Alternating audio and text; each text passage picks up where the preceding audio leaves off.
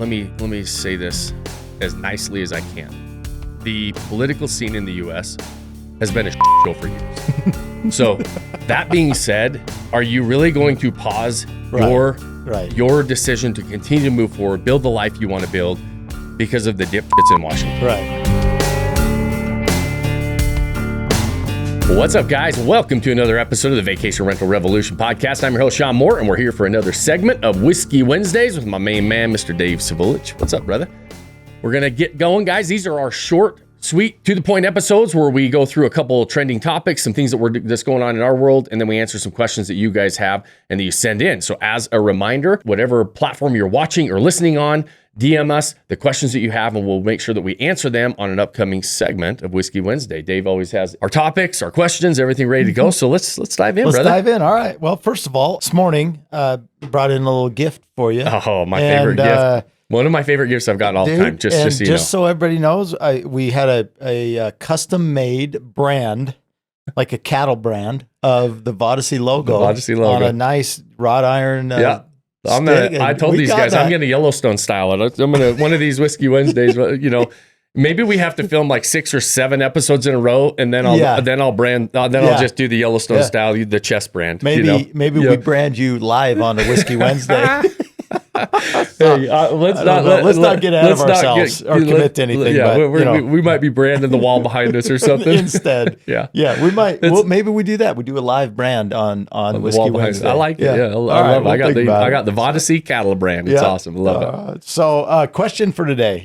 Little something about us. What is your favorite part of owning your own business? The biggest part for me is just it's kind of the embodiment of why I love like the cowboy attitude, right? It's entrepreneurs have to embrace like self-reliance, personal responsibility, like whatever the decisions I make affect what happens to me tomorrow. Yeah. And as an entrepreneur, there's nobody coming for me, right? And it's why, like I always tell people like when they're like, yeah, why do you like the cowboy? It's like, it's not just the hat and the boots and everything else. It's this attitude of self-reliance and personal responsibility. Right. And that's what, to me, entrepreneurship is nobody's coming for me. I'm responsible for the good or the bad that happens to me. And there's all kinds of factors out there, but I have a direct impact on what my life looks like tomorrow. Yeah. And we all do, whether you're an entrepreneur or not, right? You still have to have that same personal responsibility, self-reliance, like you're responsible for tomorrow. As an entrepreneur owning my own business, I love that part of it. As it grows and you start to have this level of responsibility for other families and other people. Like we've got a lot of people here that work with us at Vodacy, and for sure. There's something that I get fired up about with that. I love that part of it. It seems like it's a heavy burden, but it's a burden that I love to have. Like I just feel like, okay, we can better lives and we can do things. And the decisions I make are now not only just affect me and my family, but other families. And there's something that I'm drawn to with that. I don't really know how to explain it, because I wouldn't say that like I love it. Like it's because it is a heavy burden at times, and you feel this. It also gets you fired up. Like every single day, there's not a day when you're an entrepreneur or running your own business that I don't want to go to work, or that I'm bored with work, right? Yeah. Like I don't have a day. I can't remember the last time I browsed the internet at the office, right? I mean, I don't just pass time at the desk, right? And so there's always stuff to do. There's always things going on. There's always challenges you're overcoming. And it just feels like it spices up life. Well, and you can control your own destiny. Yeah, I like that. You don't necessarily answer to anybody other than you and your family and to what Vodacy's created and the employees. And I think it is a little bit of a heavy burden at times, but it also comes with great satisfaction and motivation. I like that. Yeah. And it's not for everybody. You and I have talked about it a lot. And, I came from the corporate world and for 22 years and it's completely different. There's different stresses, different challenges, emotions, but excitement as well, that come along with it. So there's a lot of goods and bads, I think. And you're right. It's not for everybody. I don't believe everybody's cut out to be an entrepreneur. Right. No way. I do believe everybody's cut out to create their own path and to be responsible for, the things they do today, be responsible for tomorrow. There's a lot of entrepreneurs, right? People that work at companies, and they have to take, I do believe that you have to have that, take responsibility for what you're trying to do and move that ball forward every single day. Right. And just things get better, right? But you can be part of a system and fit in really, really well in part of a system. And that might be for you, because entrepreneurship is not always the end all be all for everybody. Right. And I think that a lot of times, especially when people look at it, let's say looking at our like Vodacy today and what we've built and what's going on, it seems like, oh man, that looks fun. That looks like that'd be, I'd love to be a part of that. Not a lot of people, the first, when you're starting it off, not a lot of people know the first 3 or 4 or 5 years when you're starting off a company and how much you put into it, how little money you make. What really, what life is like is not what it looks like today when you're building. And a lot of people aren't built to go through that first 3 to 5 years where you're just not making a lot of money. You're working your butt off. Right. But you change lives. And I think that's also part of it, because you control the outcomes a lot in what you do and what the strategy is and what the plan is. And I think that's pretty awesome. Yeah, so, it's awesome. I wouldn't trade it for the world. I can't imagine not doing it. I've worked for myself and been kind of responsible for my own stuff for 24 years. Most of it was investing in real estate, not really running a company. Right. And then we started Vodacy as an actual company, helping other people invest. And it's a whole different ball game, and it's a whole different, there's different levels of responsibility. There's different skill sets I had to develop that, even though I knew how to invest in real estate for a long time, a lot of time I didn't know how to run a company, build a company, and manage payrolls and, manage sales teams and marketing and all that stuff. And so it's been a really fun journey to figure out and learn that stuff too. All right. A couple weeks ago, I think it was maybe a month ago, you did a podcast, and it was kind of a strategy that I want to kind of dive into a little bit more. It'd be great for the Whisky Wednesday listeners to kind of hear. But, we at Vodacy kind of coined the phrase 5 years to freedom plan. Super simplistic. It's a process and a plan and a strategy that really we've been talking about for a long time, something that we do all the time. And I kind of want to dive in, because I think our listeners could benefit from understanding how simple it is if you really make this a priority, commit to creating, some wealth through real estate in the short-term rental program. Yeah. So, but a month and a half ago, I did a podcast, and it was your guide to $20,000 a month or $250 a year, right? And really, it was an outline of our 5 years to freedom plan with that as the outcome. Mm-hmm. Be a part of our mailing list. We send you out emails, because I'm going to start doing a workshop series that's going to be at least once a month here starting very soon. And it's going to be a 5 years to freedom workshop. And the concept behind 5 years to freedom is it's something that everybody can do. But it's also not, hey, I'm going to have lifestyle and financial freedom in a year. Right. That's swinging for the fences. And do some people hit home runs? And does that happen? Sure. But is that realistic for the majority to repeat over and over and over again? Not really. But taking 3 to 5 years and having an outcome. And for example, that podcast was saying, okay, I'm going to take, my outcome is $250 a year or $20,000 a month in passive income.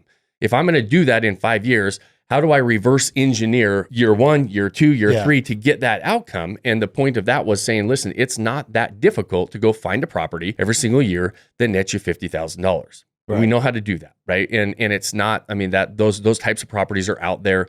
They're not finding a needle in a haystack. And so, but it's also getting somebody to say, am I actually committed to an outcome? Am I committed to something for 5 years? Right. Some people, 5 years feels like an eternity. They're not going to commit to it. So they're going to be the ones that are going to say, hey, listen, put my money in Bitcoin and hopefully it hits big and I don't have to do anything. And maybe that works, maybe it doesn't work. This is a plan and a path we're very close to. We understand intimately. We're doing it ourselves. Yeah, this is what we do. So we're saying we know other people can do this. We've also helped hundreds and hundreds and hundreds of other people do this at this stage. The 5 years to freedom is saying, listen, we all talk about lifestyle, financial freedom.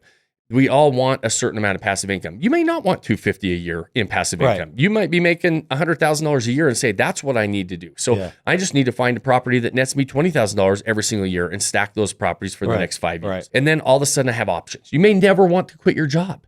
That's okay too. You may say, hey, listen, I want to build a legacy and I want to have 3 to 5 properties for my family to be able to use. And I just did a podcast yesterday with one of our members, and the financial aspect is important. But what was more important to them is finding a lifestyle asset that they could go use and disconnect from life. And her and her husband and her son could go use it once a month. Right. Their goal was to say, I want somebody to pay for a property in one of our favorite vacation destinations that we get to use once a month. Right. And so based on that, it was that was their 1 year plan, right? And they want to do that 5 times. Yeah. So their 5 years to freedom is having 5 of these types of properties that are able to do that and be able to stack those assets. What I want people to realize, and why I'm going to do the workshop, especially the workshop series, and I'm going to do it once a month, every single month, is because this is something that almost anybody can do. Whether you're making $50,000 a year, whether you're making $500,000 a year, you can do this. And you can say, hey, give yourself 3 to 5 years. Let's be disciplined. Let's have a roadmap to follow. Let's commit to the outcome. Let's roll up our sleeves and figure out what we need to do today. And like I always say, pick that one thing today that you can do today, build that life you don't want to take a vacation from. That's what we're doing. It's like, okay, what can I do today to start committing to that outcome and building that life that I want, which is ultimately lifestyle and financial freedom for a lot of people. But lifestyle financial freedom is different for everybody. And that's what's important. I love that, because somebody may say, I need $250,000 in 5 years. And that's great. That's a great goal. But like you said, somebody else may say, you know what, I just want 100,000, or I want 50,000, or whatever that number is. If you're making $1 million a year, you might say, I need $1 million. Exactly. Right? Yep. 250 is not going to pay my bills. Right. And your goal is to work towards that. And I love you saying that a lot of people's goals are different. Some are financial, some are a lifestyle asset. They want a vacation. They love the vacation. So if I can get a property that breaks even or just makes some money, but I can use it when I want, that's an amazing for me and my family. The 5 years to freedom program, awesome. I love it. You did that podcast a few, months ago. And then I just think we got to keep diving into that, because it doesn't happen overnight, and it doesn't happen in the first year. And you can get a great property in the first year, no question. But if you want to continue to grow, make sure you're committed to 3 to 5 years and go down that path. And the fun part about when you really dive into the game and you really figure this out is, a lot of times people think that they have to save up for a down payment on a property every single year. It's like, man, I just had to save up X amount this year. I don't know if I can save that much next year. Well, once you really understand the game, you really don't. You parlay one down payment into the next with cash flow and tax advantages and everything else. And before you know it, you buy 5 properties with roughly the same amount of money you started with one, if you understand the strategies. And so that's what I'm excited to talk about. We talk about it a lot inside of our mastermind group. That podcast I did, I just took an outcome and kind of broke it down. And so you can kind of see the how we break it down.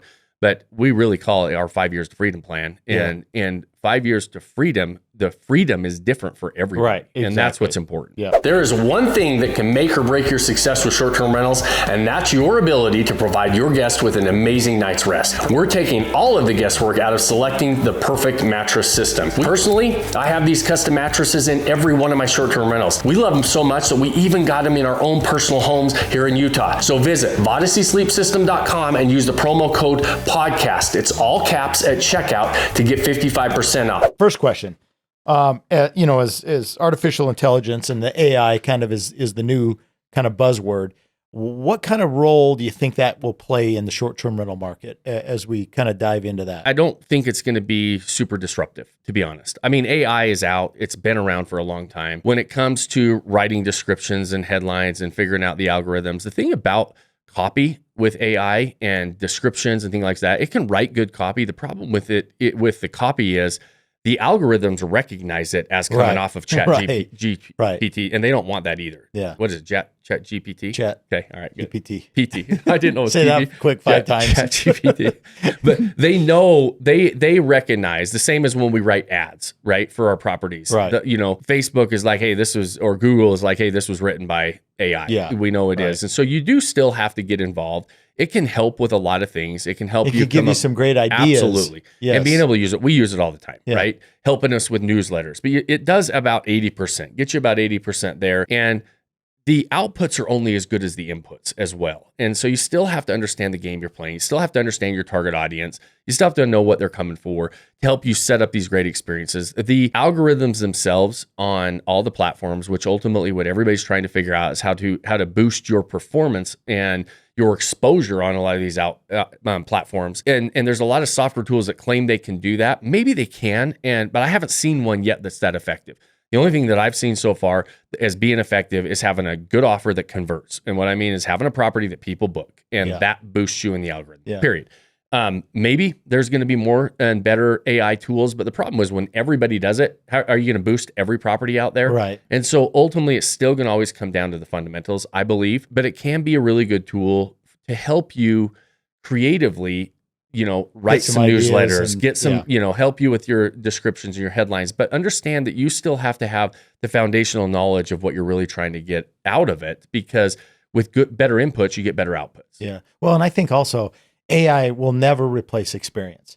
And, you have more experience than anybody in this short-term rental market from a real estate perspective, and a coaching and mentorship and mastermind group. So, you can use AI to give you some ideas and jump in, but there's still some, intrinsic value with your experience and things that you've done and gone through. And you have to use that. You have to teach people with that in mind. So, and when you bring that part of it up, like the knowledge piece of AI, right? And kind of diving into a game, there's a lot of knowledge out there. And in fact, a guy reached out to me, and I won't mention who it is, and I'll try to keep it as kind of vague because I don't want to out anybody. Fairly big deal in the investing world, and raises a lot of money for investments, and knew that short-term rentals were very popular, and had AI. He called me up and said, "Hey, Shawn, I just had ChatGPT write a book. It took about 4 hours. I got this really good book. I sent it out to my group, and I've got a whole bunch of people that are wanting to give me money to invest in short-term rentals and follow through and execute, right? AI can't execute, right? There's got to be some experience in execution and the knowledge to execute. And to his credit, he said, I feel like it's too much of a responsibility to take their money, and I don't know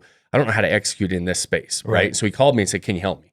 Can you help us execute? Because I've got millions and millions of dollars raised, people giving me wanting to go into this asset class based on me writing a book. And he titled the book in his name, and so everybody thinks he's an expert. Now he's like, I can't deliver on what AI's written. Yeah. So to his credit, he did realize there's a level of responsibility that he put the pause button on. I said, send me the book. I'm just curious what the book.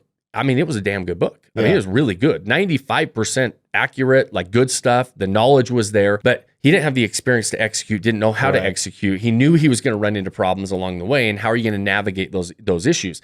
That's where I think AI gets people in trouble. Is there's a lot of really good information out there from people who have never done it. Yeah, and exactly. A lot of it is coming from AI, and it's produced. And so that's a really good point you make too. I was kind of thinking more on the side of like marketing and helping us boost our stuff, but that literally just happened. And he ended up not taking the money, ended up not doing that. And we said, listen, we don't, we like to be really upfront on stuff. And there's one part in delivering it and promoting it, but it's promoting it, but then also delivering it. You got to be able to deliver what you promote. And so if AI is promoting this amazing thing and you can't deliver in that situation, that becomes a little tricky. Right. Just and I always say too, like, go on podcast. Listen, if you're going to have somebody that you're hiring, can they speak live about a topic? Can they get on podcasts? Can they answer questions? Or is everything just edited? Is everything just written, on a script that they're following? Like when we do our podcasts, they're 4-hour Q&As unscripted, right? Yeah. I mean, it's not, or I mean, our webinars, in our workshops. I mean, we do 3-day workshops unscripted. And so, it's because we have the experience of executing for a long time in the space. And it can be misleading because there is a lot of really good information out there. And like I said, his book was really good. And, and at least he put the pause button on, but a lot of people don't. They're saying, hey, I'll take your money and I'll figure it out after that.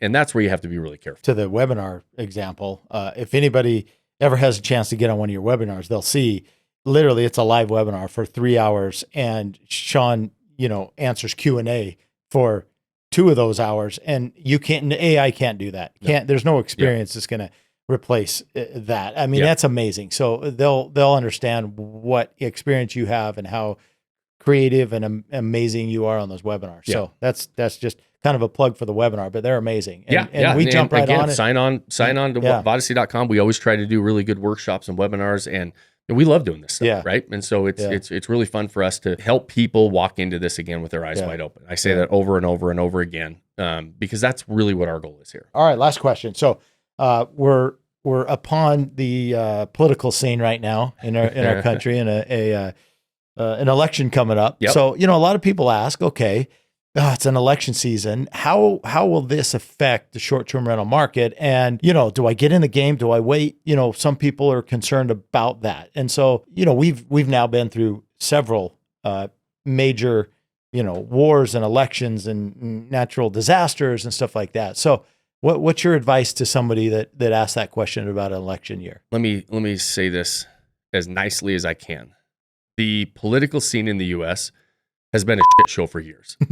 So that being said, are you really going to pause your decision to continue to move forward, build the life you want to build because of the in Washington? Right. Frankly, it's been an election year for 8 years. It's been exactly. I mean, really, what are you waiting for? If you're giving yourself an excuse to sit and do nothing because of the election, that's all it really is an excuse. Yep. Does it affect different things? Yes. But are we navigating it every single day, and have we been for the last decade?